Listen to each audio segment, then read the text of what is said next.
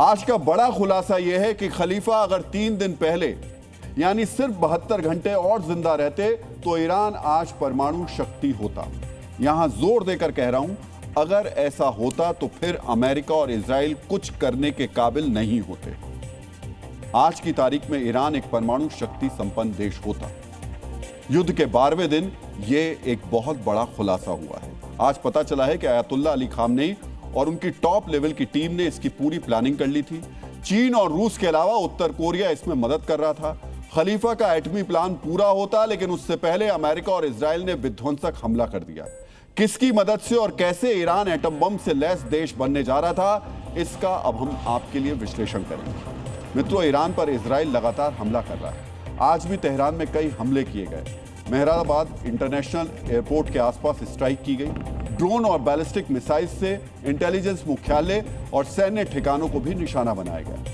Tehran के आसपास तेल डिपो और रिफाइनरी पर भी हमले किए गए। कुल मिलाकर इजराइल ने चारों तरफ तबाही मचाई और फिलहाल ये हमले रुकने वाले भी नहीं हैं, क्योंकि इजराइल और अमेरिका का असली मकसद किसी भी कीमत पर ईरान को एटम बम से बहुत दूर रखना है।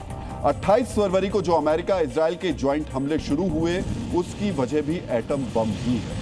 अमेरिका के राष्ट्रपति डोनाल्ड ट्रंप के पूर्व एनएसए जॉन बोल्टन ने खुलासा किया है कि अगर 28 फरवरी को ईरान पर हमला नहीं होता तो उसके ठीक 72 घंटे के बाद ईरान के पास परमाणु बम पहुंच जाता। लेकिन ऑपरेशन एपिक फ्यूरी ने ईरान की सारी योजनाओं को तबाह कर दिया। एक इंटरव्यू में अमेरिका के पूर्व एनएसए जॉन बोल्टन ने क्या क्या कहा, वो अब हम आपको पहले बता देते हैं। ईरान को परमाणु बम बनाने वाली तकनीक नॉर्थ कोरिया देने वाला था। रूस और चीन की मदद से इस तकनीक का सौदा तय हुआ था। इस तकनीक के बदले ईरान को एक निश्चित रकम उत्तर कोरिया के सेंट्रल बैंक्स में ट्रांसफर करनी थी। जैसे ही पैसे ट्रांसफर होते, वैसे ही परमाणु बम बनाने में इस्तेमाल होने वाला एक अहम डिवाइस ईरान पहुंच जाता। जॉन बोल्टन ने यह भी दावा किया कि इस डिवाइस को लाने के लिए एयरपोर्ट पर प्लेन तैयार था। वो प्लेन रूस के रास्ते ईरान पहुंचने वाला था। सिर्फ 72 घंटों में एटम बम बनाने वाली डिवाइस लेकर उत्तर कोरिया का प्लेन ईरान पहुंच जाता।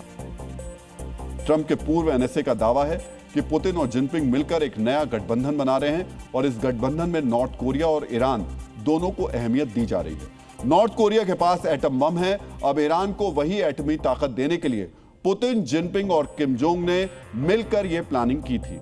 लेकिन ट्रंप ने नेतन्याहू के साथ मिलकर समय रहते उनकी प्लानिंग को फेल कर दिया। मित्रों, जॉन बोल्टन अमेरिका के पूर्व राष्ट्रीय सुरक्षा सलाहकार रह चुके हैं। उनके दावों को मुख्य रूप से उनकी अंदरूनी पहुंच और रणनीतिक अनुभव के कारण अत्यंत महत्वपूर्ण माना जाता है। ट्रंप प्रशासन का वो हिस्सा रहे हैं, इसलिए उनके पास गोपनीय बैठकों और नीति निर्माण प्रक्रियाओं की सीधी जानकारी है। उनके ईरान में सत्ता परिवर्तन और सैन्य कार्रवाई के दावों को मध्य पूर्व की शांति और स्थिरता के नजरिए से बहुत गंभीरता से लिया जाता है। ऐसे में अगर वो ईरान के एटमी शक्ति बनने के 72 घंटे वाला दावा कर रहे हैं, तो इतना जान लीजिए कि अमेरिका और इजराइल का ऑपरेशन अभी रुकने वाला नहीं है। इस बार अमेरिका और इजराइल मिलकर ईरान के परमाणु बम बनाने वाली हर एक संभावना को खत्म कर देंगे। हम आपको बताते हैं कि ईरान में कहां-कहां एटमी अड्डा है। नतांज में ईरान का सबसे बड़ा यूरेनियम संवर्धन केंद्र है। इसके ऊपरी हिस्से को जून 2025 में तबाह कर दिया गया था। नई रिपोर्ट्स के मुताबिक इस बार फिर से नतांज को निशाना बनाया गया है। फोर्डो में भी एक एटमी अड्डा है जो पहाड़ के अंदर गहराई में बना हुआ है। इसे हवाई हमलों से बचाने के लिए डिजाइन किया गया है। जून 2025 के हमलों में इसे भी गंभीर नुकसान पहुंचा था। इस्फहान में परमाणु प्रौद्योगिकी केंद्र है, जिसमें यूरेनियम कन्वर्जन और फ्यूल फैब्रिकेशन जैसी प्रक्रियाएं होती हैं। इसे भी जून 2025 में निशाना बनाया गया और इसमें भी नुकसान पहुंचा है।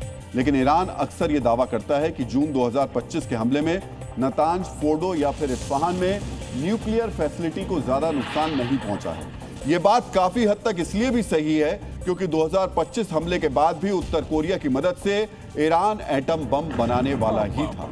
अमेरिका और इजराइल ये राज जान चुके हैं। यही कारण है कि इस बार इजराइल और अमेरिका जब तक नतांज, फोर्डो या फिर इस्फहान के साथ साथ अशाक, बुशहर और तेहरान जैसे दूसरे एटमी ठिकानों को तबाह नहीं करेंगे, तब तक ईरान पर हमले जारी रहेंगे। और फिलहाल जिस तरह हमले हो रहे हैं, उससे ये दिख भी रहा है।